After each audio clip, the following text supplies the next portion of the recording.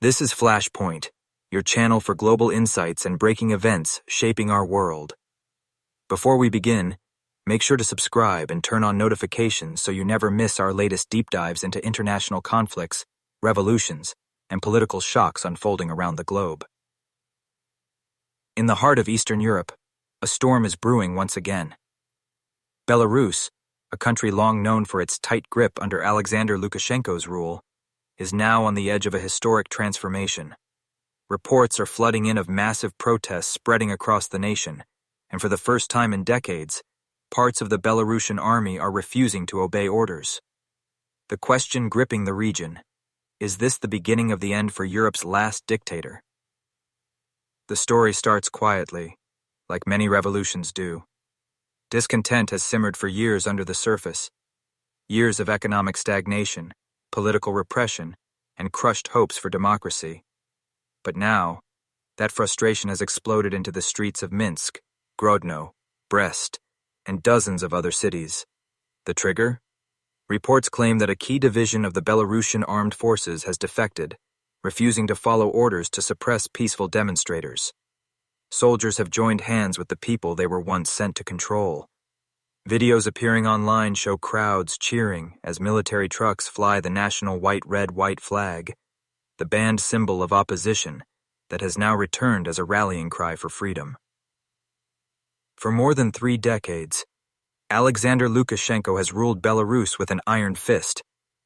Since 1994, his regime has built a system of total control, secret police surveillance, censorship of the press, imprisonment of opposition leaders, and an unrelenting propaganda machine. Many Belarusians had lost hope that change could ever come. The failed protests of 2020 left scars, thousands arrested, tortured, or forced into exile. But something is different this time. The people are no longer afraid. The government's old tactics no longer work. In the capital city Minsk, tens of thousands have gathered around Independence Square, chanting freedom and resign, despite police barricades and the threat of violence. Protesters have taken over key government buildings. Local mayors and police chiefs in smaller towns are reportedly switching sides, pledging loyalty to the people instead of the president. For the first time, Lukashenko's control is visibly cracking. Witnesses describe chaos in the presidential palace. Advisors are said to be fleeing, and communication lines between military commanders are breaking down. In a stunning twist, several Belarusian Air Force pilots reportedly refused to follow an order to strike rebel-held positions, saying they will not bomb their own citizens. That refusal has sparked celebrations across social media. "We are not the enemy of our people," one soldier shouted in a viral video. "We are Belarusians too."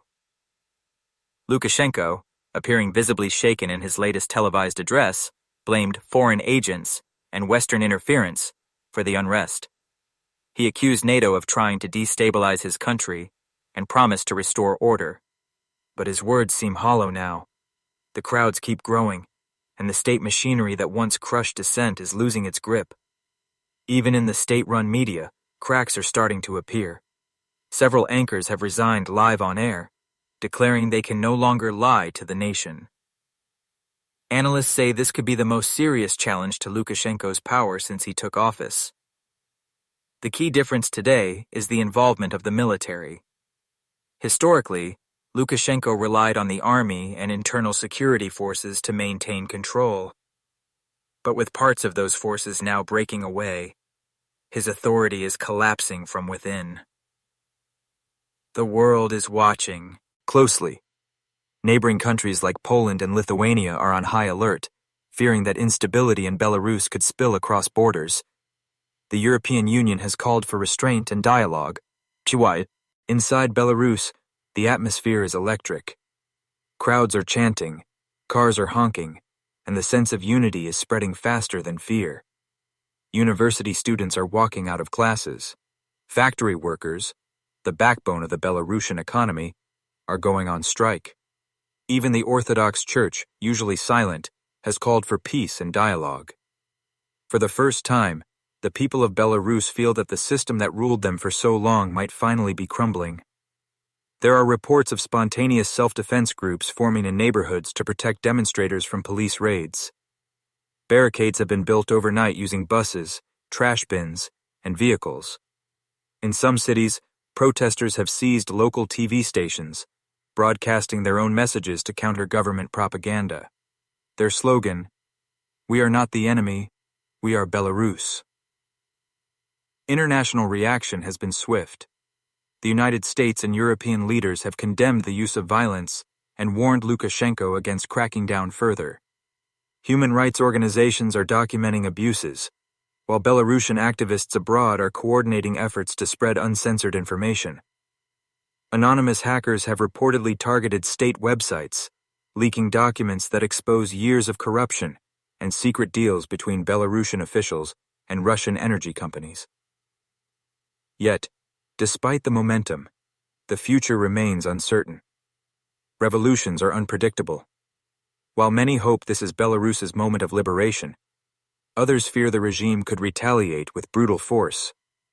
Lukashenko still controls parts of the security services, including elite riot police known for their loyalty. There are also unconfirmed reports that Russian advisors have arrived in Minsk to assist the government. The stakes are incredibly high, for Belarus, for the region, and for democracy itself. As night falls over Minsk, the streets remain alive with chants and the glow of phone flashlights waving in unison. The mood feels both tense and hopeful. People are calling this the White Dawn, a new beginning for a nation long trapped in darkness. Whether that dawn turns into a new day or fades into another tragic chapter depends on what happens in the coming hours and days.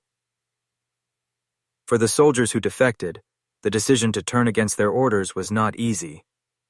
Many have family members among the protesters. Some have spoken anonymously to journalists, saying they could no longer serve a leader who turned weapons against his own people.